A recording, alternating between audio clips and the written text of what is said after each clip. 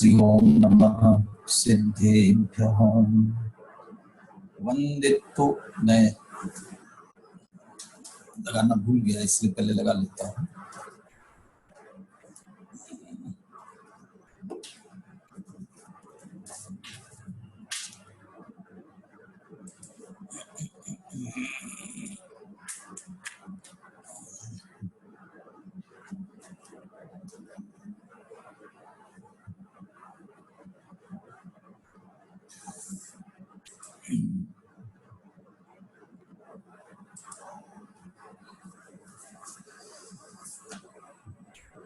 आवाज आ रही मेरी? अब नीतेश आवाज आ रही? आ रही भाई साहब आपकी आ रही। चलो, जय श्री ओम नमः सिद्धेभ्यः। वंदितु सौव सिद्धे ध्रुवमचल मनोवमं गतिं पत्ते वोच्छामि समय पाहु सूर्य केवली भनियम्। नमः समय साराय स्वानुभूत्या चकासते चित् स्वभावाय भावाय सर्वभावान्तरच्छिदे।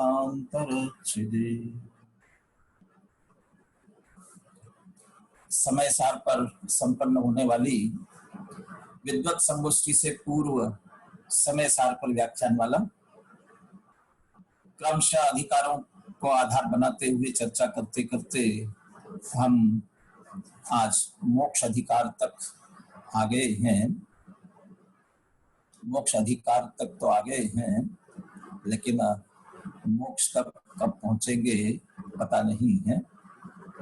मोक्ष अधिकार हमें ये तो कह रहा है कि मोक्ष करना, प्राप्त करना आपका अधिकार है, परंतु कौन मुक्ति प्राप्त करेगा, कौन मुक्ति प्राप्त नहीं करेगा।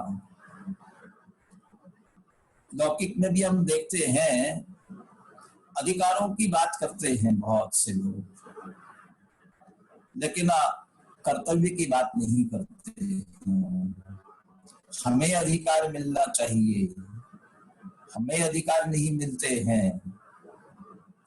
लेकिन जो अधिकारों की बात करे और कर्तव्य पालन न करे, तो जगत में भी ये कहा जाता है भैया, ये अधिकारों का लाभ तुझे तब मिलेगा जब तुम अपने कर्तव्यों का पालन करोगे। ऐसे ही मोक्ष अधिकार, मुक्ति प्राप्त करना प्रत्येक भव्य जीव का अधिकार है, परंतु कब? जब वह अपने कर्तव्य का पालन करे तब। यहाँ कुंद आचार्य देव ने ये मोक्ष अधिकार बहुत छोटा सा अधिकार है, मात्र 20 गाथाओं का, और इतनी सी चर्चा ली। जीव अनादिकाल से कर्म बंधन सहित है, लेकिन बंधन का ही चिंतन करता रहेगा तो वह बंधन से मुक्त होने वाला नहीं है। बंधन से मुक्त होने के लिए बंधन को अकेला जानना पर्याप्त नहीं है। बंधन को जानने के बाद बंधन को छेदना भी पड़ेगा। कैसे छेदा जाए बंधन को? इन बातों में अमृतचंद्र आचार्य ने टीका में बहुत मार्मिक बात ली। बंधन के ज्ञान से बंधन से नहीं छूटा जाता है, बंधन के छेदने से बंधन से छूटा जाता है। बंधन के ज्ञान से बंधन से नहीं छूटने का अर्थ क्या? कि मैं बंधा हूं, अकेले इतनी बात नहीं है। जीव कर्मों से बंधा, तो कितने प्रकार के कर्म, उन कर्मों की कितनी अवस्थाएं, उन कर्मों से क्या क्या होता है, ये जो सारा कर्म का निरूपण करने वाला कर्णान योग का पूरा विस्तार है, और उसका चिंतन भी करें, और उस चिंतन को ले जाकर के वे जोड़ते हैं विपाक विचय धर्म ध्यान से।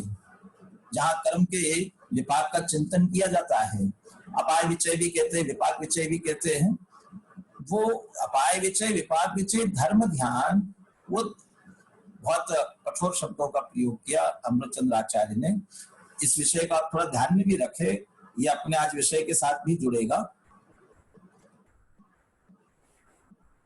वह अपाय विचय नामक धर्म ध्यान से अंध हुई है बुद्धि जिनकी, माने उस धर्म ध्यान से अंध हुई है बुद्धि, वे बंधन से नहीं छूटेंगे। इसका अर्थ अकेले उसके चिंतन में लगे हुए हैं, कैसे कर्म का बंधन हुआ चिंतन कर रहे हैं, वो धर्म ध्यान कह रहे उसे, और धर्म ध्यान से अंध हुई है बुद्धि जिनकी, वे नहीं छूटेंगे। कौन छूटेंगे? तो बंध को छेदेंगे। बंध को कैसे छेदा जाता है? वहां उपाय दिया प्रज्ञा छेनी। जैसे तो तम एयत विहत्तम दाये हम अपनो सभी हवे न, कुछ आचार्य ने तो प्रतिज्ञा ही की है, मैं एकत्व विभक्त आत्मा को दिखाता हूं, जो पर से विभक्त है और अपने में एकत्व है। तो जो पर से विभक्त है उसे पर से विभक्त कैसे किया जाए, वो पर से भिन्न करने का उपाय क्या है? भेद विज्ञान की चर्चा पूरे समय सार में ही आई है, प्रारंभ से लेकर के, और कल संवर अधिकार की मैंने चर्चा की थी। इससे पूर्व संवर अधिकार में वो अधिकार ही पूरा भेद विज्ञान के लिए समर्पित है, भेद विज्ञान उपाय है। लेकिन पुनः पुनः भेद विज्ञान शब्द का प्रयोग ठीक नहीं लगता। यहाँ आकर के आचार्य शब्द का प्रयोग कर रहे हैं प्रज्ञा, प्रज्ञा रूपी छेनी। तो कह रहे बंध को छेदना, कोई बंधा हुआ है, चाहे साकल से बंधा हुआ हो, लोहे के साकल से बंधा हुआ हो, तो वो लोहे के साकल को तोड़ करके बंधन से छूटेगा। काय से तोड़े? छेनी से। इसलिए वो यहाँ बंधन को छोड़ने के लिए छेनी कौन सी है? यदि प्रज्ञा रूपी छेनी से, प्रज्ञा छेनी से उस बंधन को तोड़े तो बंधन से मुक्त हो सकता है। हम जानते हैं लोहे की साकल से किसी को बांधा हो और वो छेनी से तोड़ने का प्रयास कर रहा हो, तो समझदार व्यक्ति एक समझदारी करते हैं, जो भी लोहे की साकल होती है वो ऐसे एक दूसरे में बंधी हुई, वो उस बंधी हुई साकल में हर एक कड़ी में एक सांध होती है। वो कड़ी बनी है और बनाते समय जहां ज्वाइंट किया है वो ज्वाइंट का हिस्सा होता है, और वो ज्वाइंट के हिस्से से ऐसे एक दूसरे से जुड़े हुए हैं।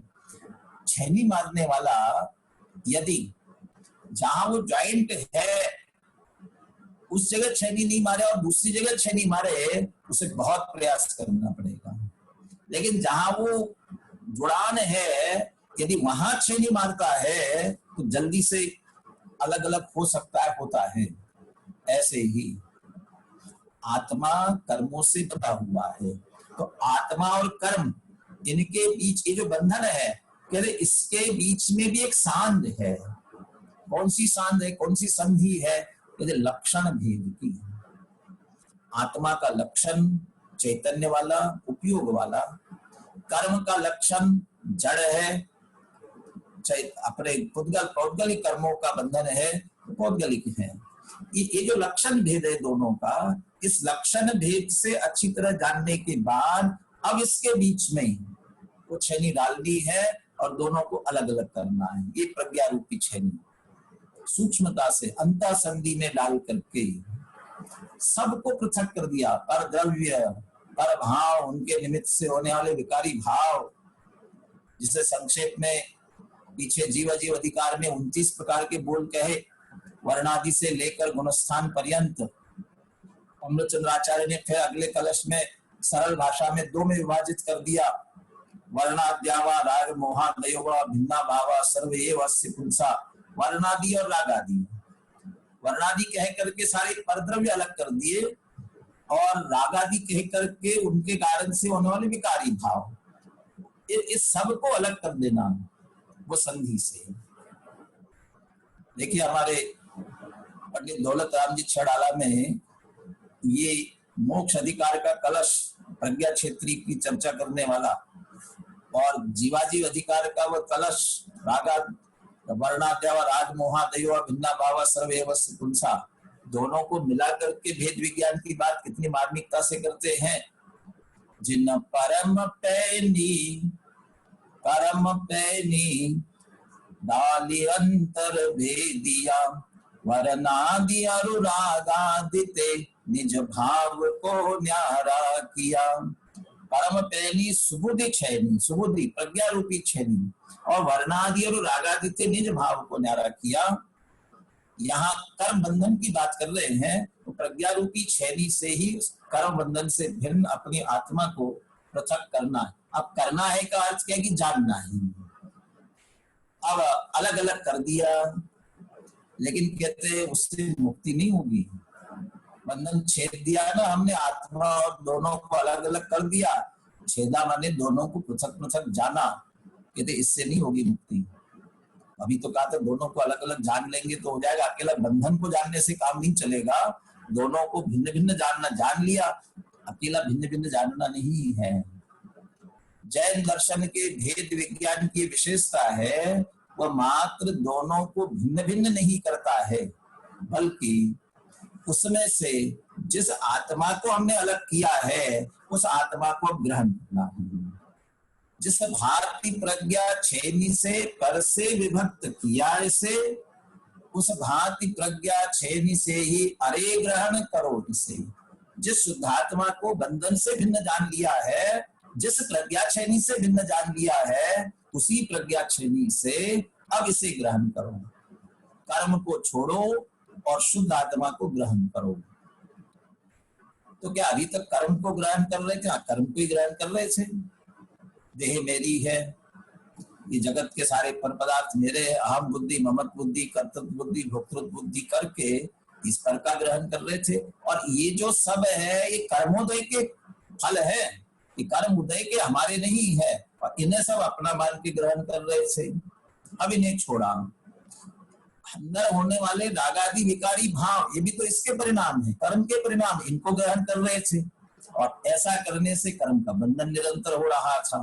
ये जो हम ग्रहण कर रहे थे, अब कहते इसे छोड़ो, ये नहीं है, ये हमारा नहीं है, और चैतन्य स्वरूप आत्मा उसे ग्रहण करो। अब जब हम इसे ग्रहण करने लगते हैं, कैसे ग्रहण करना? उसी प्रज्ञा से। उसके बाद की गाथा में बहुत सुंदर बात की। चेतक यह जानता है, माने चेतना से यह जानता है कि मैं चैतन्य स्वरूप आत्मा हूं, ये कर्म जड़ ये मैं नहीं, ये भिन्न जाना। ज्ञान ये जानता है, दर्शन ये जानता है, श्रद्धा इसमें श्रद्धा करती है, चारित्र इसमें लीन होता है, और ये सब प्रज्ञा के साधन हैं, ये सारी प्रज्ञा है। और इससे इसे ग्रहण करना, इसका सीधा तात्पर्य है पर से भिन्न चैतन्य स्वरूप आत्मा को जानना, पहचानना, उसमें लीन होना, यही उसका ग्रहण है। ऐसा ग्रहण करने वाला, अब लौकिक दृष्टि से अंतिम आकर के उदाहरण लेते हैं। लोक में कौन निसंग घूमता है और कौन सशंगता से रहता है? कहते जो अपराधी है वो निरंतर शंकित रहता है, और जो निरपराधी है वो निसंग होकर के भ्रमण करता है। अपराधी को क्या शंका रहती है कि कहीं मुझे बंधन में न डाल दे। लोक में भी जो अपराध करने वाले होते हैं, पुलिस उसे बंधन में डालती, जेल में डालती पकड़ करके, कहीं मैं पकड़ा न जाऊं। कोई गलती करने वाला निरंतर सशंक रहता है, वो अपराधी है, अपराध कर रहा है, इसलिए सशंक रहता है। काय की शंका रहती है कहीं बंधन में न पड़ो, और पकड़ने आ जाता है तो बंधन में पड़ भी जाता है। अरे छोटी सी बात, कभी कभी हम जनरल का टिकट लेकर के रिजर्वेशन के डिब्बे में बैठ जाए और हमें अंदर से निरंतर एक भय सताता रहता है, कहीं टीटी नहीं आ जाए, टिकट नहीं पूछ ले, क्योंकि हमने गलत टिकट लिया है। तो गलत टिकट लेकर के बैठे, अपराध किया है, तो निरंतर अंतर हम सशक्त रहते हैं। और भी सही टिकट लेकर सही जगह बैठे हो तो निसंग रहते हैं, कोई भय नहीं रहता। ऐसा ही लोक में कहा, चौर्यादि अपराध करने वाला निरंतर कहीं बंध न जाऊं ऐसे शंका में रहता है, और वो बंधता है। और बाकी के बंधन हो कि ना हो, ये मैं बंध जाऊंगा ऐसे भय से तो निरंतर बंधा ही हुआ है। लौकिक में तो कदाचित पकड़ में आए तो बंधन में, जेल में डाल जाएगा, नहीं तो नहीं भी डले। परंतु ये कर्म तो बहुत प्रबल ईमानदार है, ये किसी को नहीं छोड़ता। थोड़े से अपराध करते ही निश्चित रूप से बंधन में डालता ही प्रत्येक जीव। इसलिए कहा अपराधी बंधता है और निरपराधी छूटता है। यहाँ भी अपराधी कर्म बंधन से बंधेगा और निरपराधी छूटेगा माने मुक्त होगा, और मुक्त होगा माने मोक्ष होगा। जो निरपराधी है वे ही मुक्ति को प्राप्त करेंगे। क्या अपराध है और क्या निरपराध है, बहुत सुंदर व्याख्या की। राधा कहते लौकिक दृष्टि से भी राधा मतलब क्या? निज शुद्धात्मा की साधना ही राज है। सचमुच में यही राज शब्द का अर्थ ही है। निज शुद्धात्मा की साधना वह राज है, और वास्तव में यही साधना करना ही आराधना है। राध, आराधना, साधना, संसिद्धि, ये पीछे की गाथाई है। ये सब एक अर्थवाची है। तो संसिद्धि कहो, साधना कहो, आराधना कहो, वो सभी एक अर्थवाची है। इस राज के तात्पर्य है, और राज का तात्पर्य है अपने निज शुद्धात्मा की साधना। और निज शुद्धात्मा की साधना का तात्पर्य है मैं उपयोग स्वरूप शुद्धात्मा ही हूँ। टीका में लिखा अमृतचंद्राचार्य ने, मैं उपयोग स्वरूप शुद्धात्मा ही हूँ, ऐसा जानना, पहचानना, उसमें लीन होना, इसी का नाम है राध। अब कहते अपगत राधा, इससे जो निकल गया और इससे जो रहित है, ऐसा जो न जान रहा है, न पहचान रहा है, न इसमें स्थिर रह रहा है, कहाँ जाएगा? निज शुद्धात्मा ही मैं हूं ऐसा नहीं जान रहा है तो फिर क्या जान रहा है? ऐसा मान नहीं रहा है तो क्या मान रहा है? और ऐसा जानकर मानकर इसमें लीन नहीं, और कहाँ लीन हो रहा है? तो निश्चित रूप से चूंकि श्रद्धा की एक समझ विशेषता है, उसकी कमजोरी समझ विशेषता कहो, वो तो अहम करे, उसका स्वरूप है, उसका कार्य है, तो कहीं ना कहीं तो अहम करेगा। तो श्रद्धा कहीं ना कहीं अहम करेगी।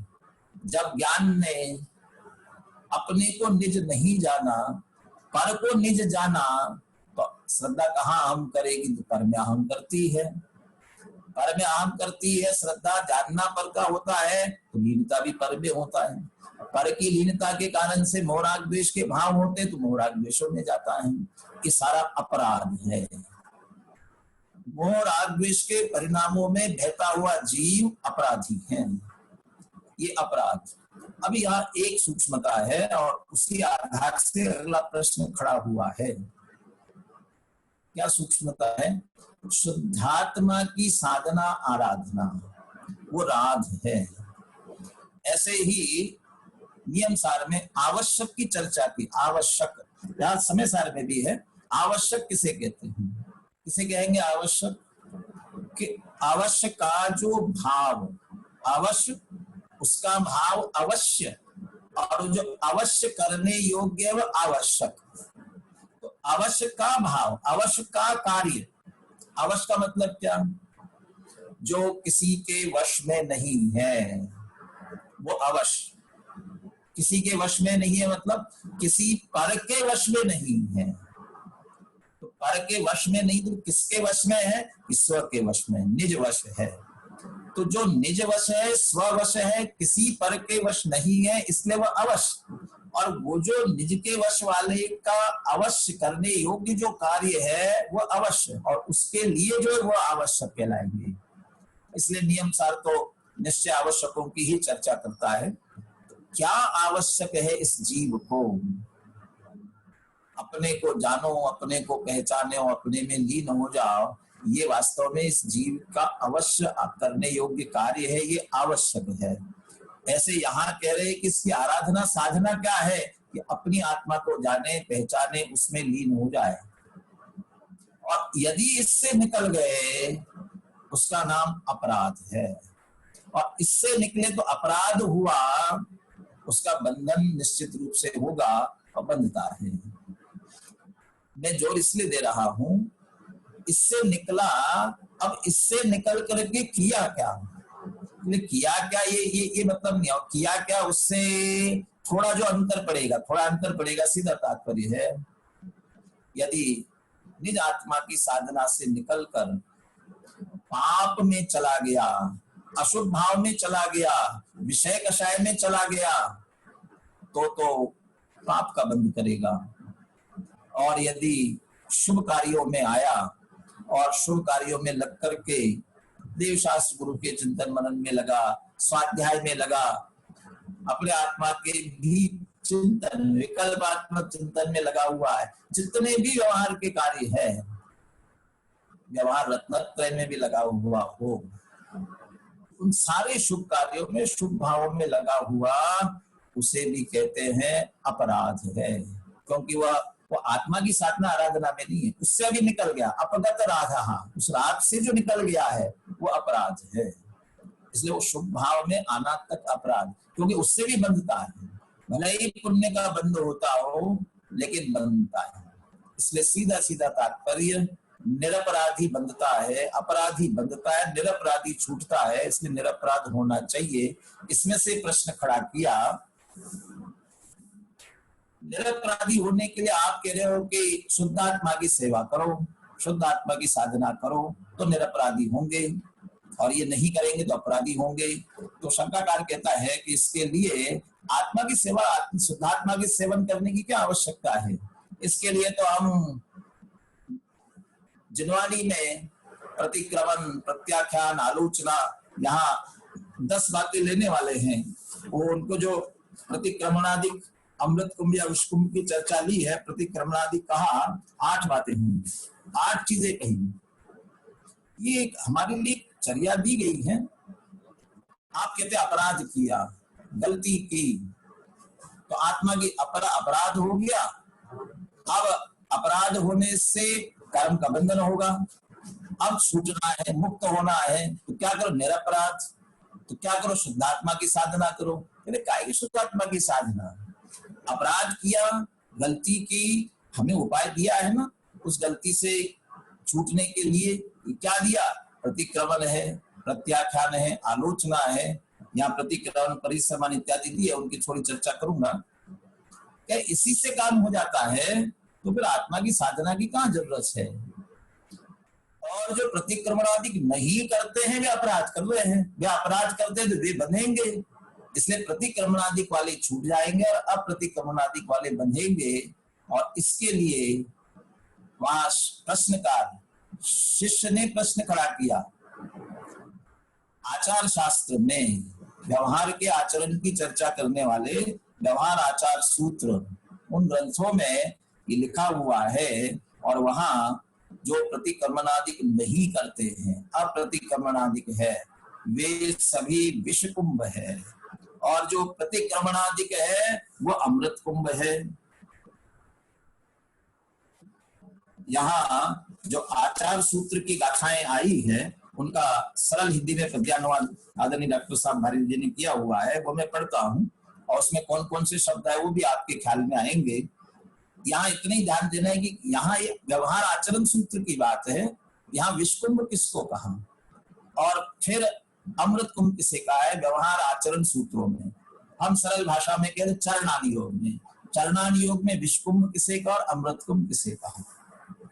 अप्रतिक्रमण, अप्रतिसरण, अपरिहार, अधारणा, अनिंदा, अनिवृत्य, शुद्धि, अगर्भा विष कुंभ है। प्रतिक्रमण और प्रतिसरण, परिहार, निवृत्ति, धारणा, निंदा, गर्हा और शुद्धि, अष्टविध अमृत कुंभ है।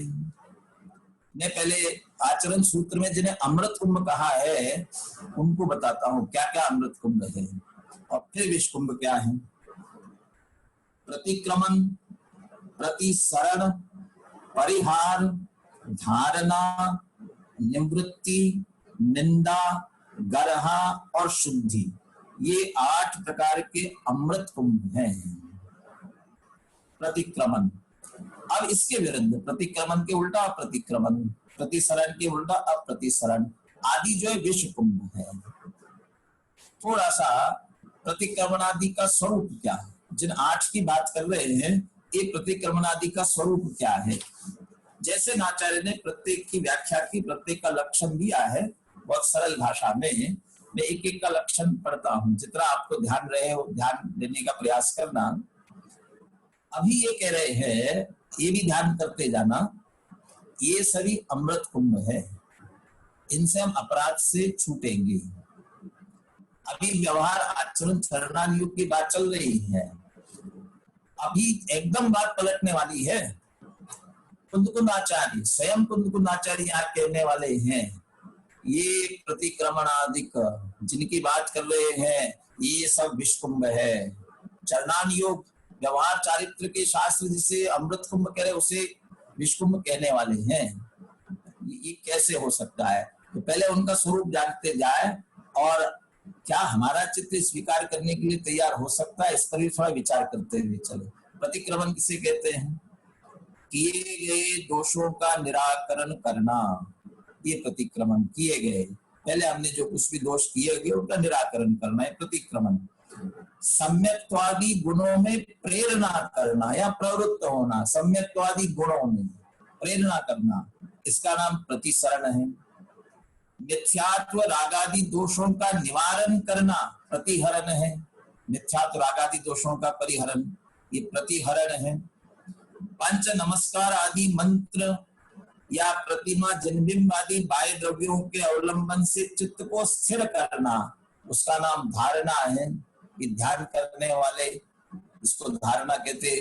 बहुत प्रकार की धारणाएं होती है, आपके जो पिंडस्थ पदस्थ इत्यादि जो ध्यान के भेद आते हैं, उनमें धारणा कहा जाता है।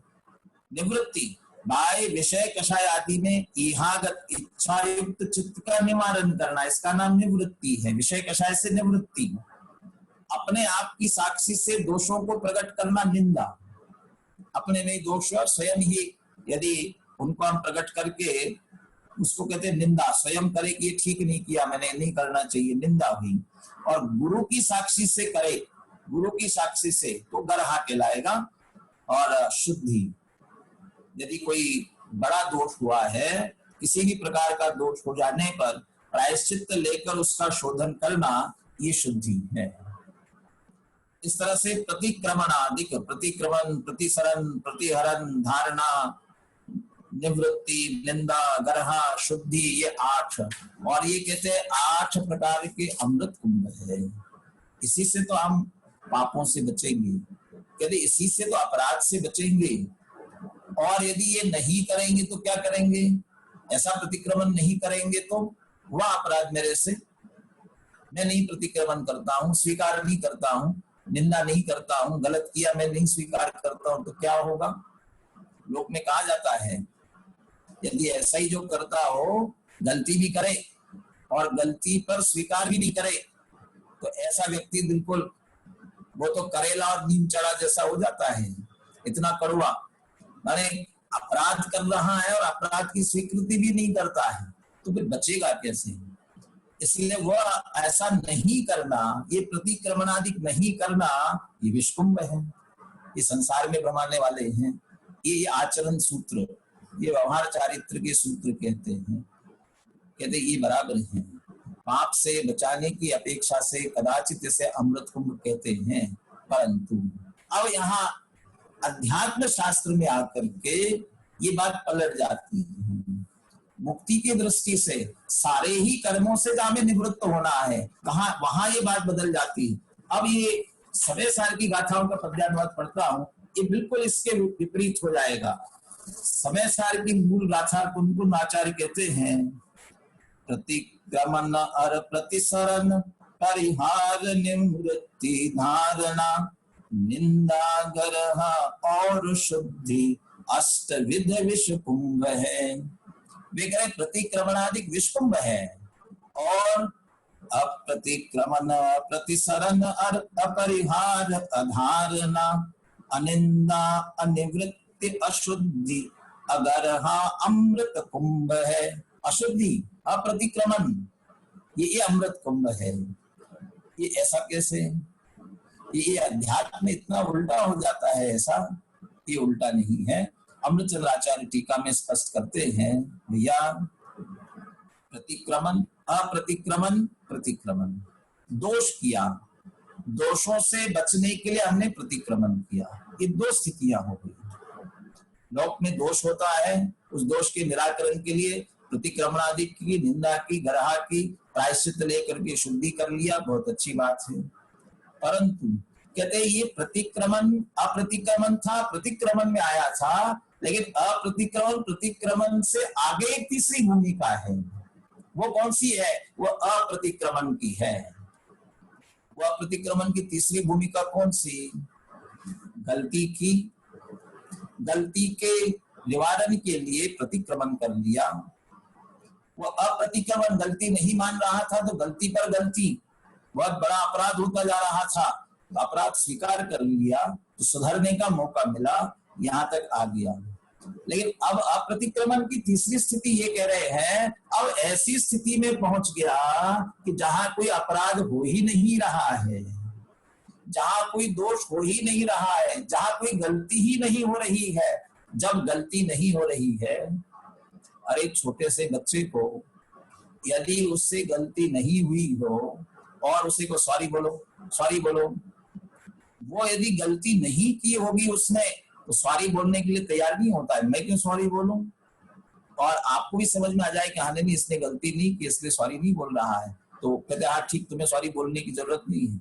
लेकिन गलती की हो तो जो अप्रतिक्रमण यदि कर रहा है, दोष कर रहा है, नहीं स्वीकार कर रहा है, तो गलत बात है, उससे बचने के लिए प्रतिक्रमण कर रहा है। लेकिन जो निज शुद्धात्मा की साधना कर रहा है, आत्मलीन है, दोष हो ही नहीं रहे हैं, और जब दोष नहीं हो रहे हैं तो फिर कहाँ प्रतिक्रमण की जरूरत है? और यदि आत्मलीनता छोड़कर प्रतिक्रमण में लग जाएगा तो क्या होगा? वो उसी तरह होगा, किसी व्यक्ति को नींद नहीं आती थी, इसलिए वो नींद की गोली लेता था। बुजुर्ग था, इसलिए उसके एक नौकर लगा रखा था कि भैया तुम समय समय से इसको दवाई दिया करो, और सायंकाल भोजन आदि हो जाए, समय नींद का उसका सोने का है, उसके कुछ देर पहले उसे नींद की गोली दे दिया करो। एक दिन नौकर नींद की गोली देना भूल गया और आकर के देखा कि बाबा जी तो सो गए हैं। अब बाबा जी सो गए हैं तो क्या करूं? पहले गोली यदि नहीं दूंगा तो मालिक नाराज होंगे, तो गोली देनी है। तो उसने बाबा जी को जगाया और गोली दे दी। अब आप बताइए, बाबा जी को गोली देना जरूरी था कि नहीं था? यानी बहुत जरूरी, क्योंकि समय पे गोली देना चाहिए। किसके लिए गोली देना चाहिए? कि नींद के लिए। तो नींद आ रही थी ना, नींद में सोए हुए थे ना, कहाँ जरूरत थी? मैं यही बात, शुद्ध आत्मा की साधना में लीन है। अपराध करने वाले, बड़ा अपराध करने वाले उस बड़े अपराध से सीधे आत्मा में लीन नहीं हो सकते हैं। इसलिए वहां से हटाने के लिए ये प्रतिक्रमणादि के द्वारा, चित्त की शुद्धि के द्वारा शुद्धि तो कर ली, परंतु यदि उसी में अटके रहे तो जो प्रयोजन है वो सिद्ध नहीं होने वाला। इसलिए जो शुद्धात्मा में ही लीन हो रहे हैं वो अप्रतिक्रमण, वहां कोई प्रतिक्रमण की आवश्यकता नहीं है। वो शुद्ध आत्मा में लीन है, तब इनकी रंच मात्र आवश्यकता नहीं है। और तब भी यदि यहाँ आते हैं तो फिर ये तो गिरना हो जाएगा। मुनिराज के चारित्र में छेदोपस्थापना कहलाती है। वो सात्विक गुण स्थान में उपस्थापित है और वहां से छेद होकर के छठे में आए, फिर पुरुषार्थ करते ऊपर जाने का। ऐसे यदि शुद्धात्मा में लीन और प्रतिक्रमण का विकल्प आया तो नीचे आए। सीधा तात्पर्य है, शुभ भावात्मक व्यवहार चारित्र वाला जो प्रतिक्रमण है वह भले ही पाप से बचाता है, अशुभ से बचाता है, लेकिन शुभ बंध कराता है। और शुभ बंध कराता है तो बंधन ही तो कराया, इसलिए कह रहे कि वो विष कुंभ है, बंधन कराया। यहाँ अमृत कुंभ, अमृत स्वरूप मुक्ति की प्राप्ति करावे वो अमृत कुंभ, और जिससे भी संसार की प्राप्ति होती हो, कर्म का बंधन होता हो, सारा विष कुंभ है। शुभ भावात्मक प्रतिक्रमणादि से, अरे अज्ञानी मिथ्या दृष्टि के प्रतिक्रमणादि तो विष्कुंभ है ही, लेकिन सम्यक दृष्टि ज्ञानी भी, मुनिराज भी यदि प्रतिक्रमणादि में ही अटके रहते हैं, उसी में अटक जाते हैं, तो अटकने पर तो उनका गुणस्थानी नहीं रहेगा। उलझ गए यदि उसमें तो नीचे आए। लेकिन जब आते हैं तब भी उन्हें भी भूमिका अनुसार बंद ही होता है, इसलिए उससे भी विष्कुंभ कहा। यहाँ निश्चय अप्रतिक्रमणादि लिए जा रहे हैं। व्यवहार प्रतिक्रमण का निषेध करके अप्रतिक्रमण कहा जा रहा है। यहाँ व्यवहार प्रतिक्रमण का निषेध करके अप्रतिक्रमण माने अपनी गलती स्वीकार ही मत करो, होने दो, हो जाने दो, कोई गलती नहीं है। ये निश्चयाभास वाली बात नहीं है, नहीं मेरी कोई गलती नहीं होती है, उसकी बात नहीं है।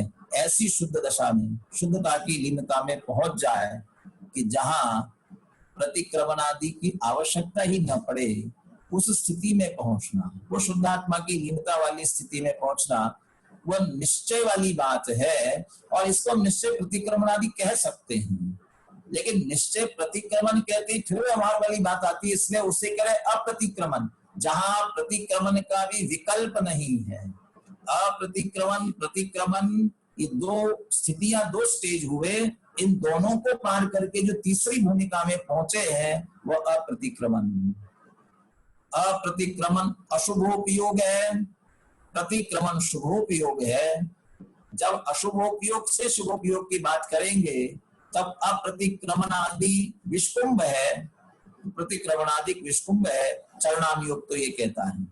परंतु जब इन दोनों भूमिकाओं से पार तीसरी शुद्धोपयोग की भूमिका, और उस शुद्धोपयोग की भूमिका में कोई विकल्प नहीं प्रतिक्रमणादि का, कोई प्रतिक्रमणादि का विकल्प नहीं है, इसलिए उसे अप्रतिक्रमणादि कह रहे हैं। तो वो अप्रतिक्रमणादि की स्थिति, शुद्धोपयोग की स्थिति, वह सचमुच में अमृत कुंभ है। क्योंकि हमें वो अमृत दशा, वो मुक्ति की दशा देने वाली स्थिति है, इसलिए वह अमृत कुंभ है। अभी 11वीं गाथा की बात हो रही थी, समय मेरा हुआ, मैं समेटता हूँ विषय को। 11वीं गाथा की बात हो रही थी ऐसा बाबा जी की चर्चा में। व्यवहारो भूदत्तो, भूदत्तो देसी दोध शुद्धनो। व्यवहार ने अभूतार्थ है, निश्चय ने भूतार्थ है। या दोनों ने जिनवानी के, एक को अभूतार्थ एक को भूतार्थ क्यों कहते हो? भूतत्व मस्जिदो खलु सम्मायठी हवदी जीवो, क्योंकि भूतार्थ के आश्रय से जीव सम्यक दृष्टि होता है, व्यवहार के आश्रय से नहीं होता है।